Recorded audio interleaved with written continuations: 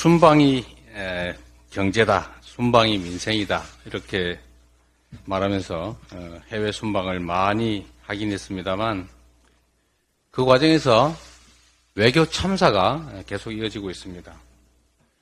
외교 참사뿐만 아니라 그게 안보 참사로 이어지고 있습니다. 국가 간의 정상 외교 일정을 사나흘 전에 갑자기 취소하는 거 참으로 보기 드문 일입니다.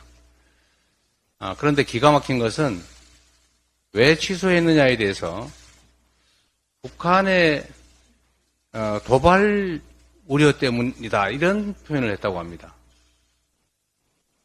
저는 핑계를 댄 것이 아닐까 생각을 합니다만 핑계를 대도 댈 핑계가 따로 있지 어떻게 국가 안보를 걸어서 정상 외교를 갑자기 취소한 이유로 만들 수가 있습니까?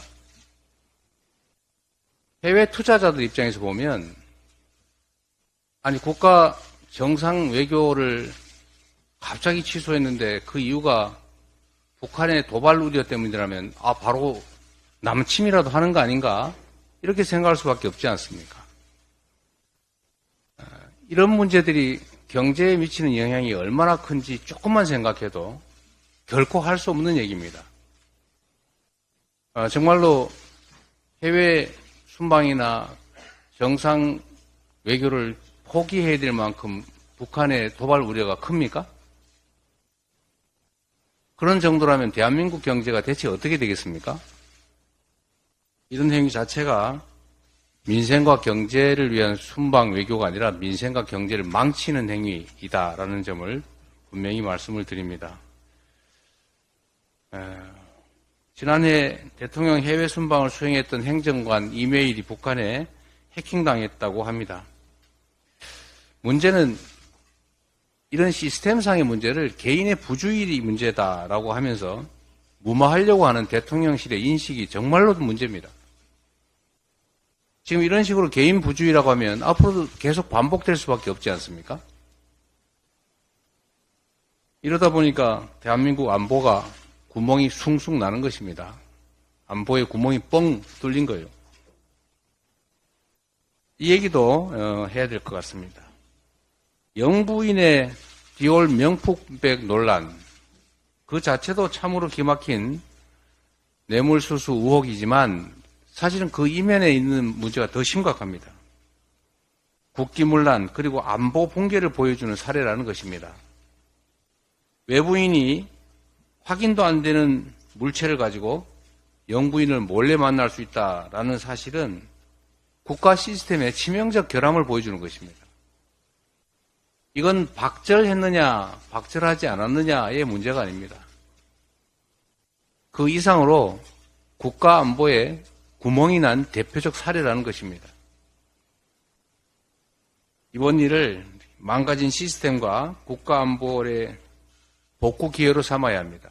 국민들께 정중하게 사과하고 그리고 그에 더해서 재발 방지 대책을 구조적으로 마련해야 된다는 점을 말씀드립니다.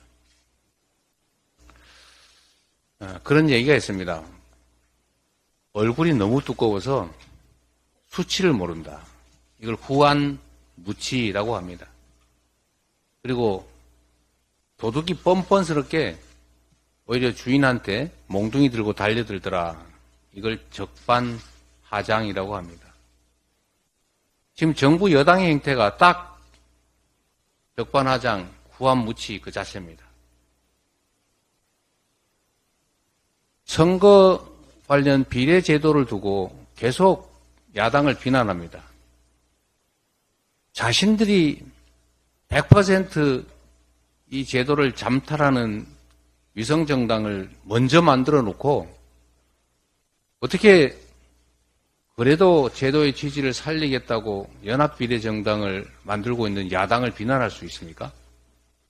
나는 원래 도둑이니까 도둑질을 해도 되지만 야당은 근처에 오지도 말아야 된다 그런 얘기 아닙니까? 더 심각한 것은 반헌법적 사고입니다. 나는 그 법안에 찬성하지 않았으니까 어겨도 된다? 그게 합당한 태도입니까? 그러면 다수결에 의해서 법을 만들었는데 거기에 동의하지 않는 소수는 그거 어기도 되는 겁니까? 어떻게 이런 발상을 할 수가 있습니까? 그것도 명색이 법률가들로 주로 이루어진 검사 정권이 말입니다. 이거는 참으로 이해할 수 없는, 납득할 수 없는 반헌법적, 그야말로 헌법 파괴적 발상이다. 이런 말씀을 드립니다. 법안에 동의하지 않았다고 그 법을 위반할 권리가 있는 건 아닙니다. 그리고 자신은 더 큰 잘못을 저지르면서 어쩔 수 없이 정당방위하겠다고 부분적으로 그걸 어길 수밖에 없는 야당을 그 입으로 비난하는 것은 그야말로 후한무치한 행태입니다. 특히 정부 여당에 이런 국민을 기만하고 내가 무슨 소리를 해도 괜찮겠지라고 하면서 이 초등학생들도 동의하기 어려운 그야말로 막말을 쏟아내는 이런 행태는 자중돼야 되겠다 그런 말씀을 드립니다.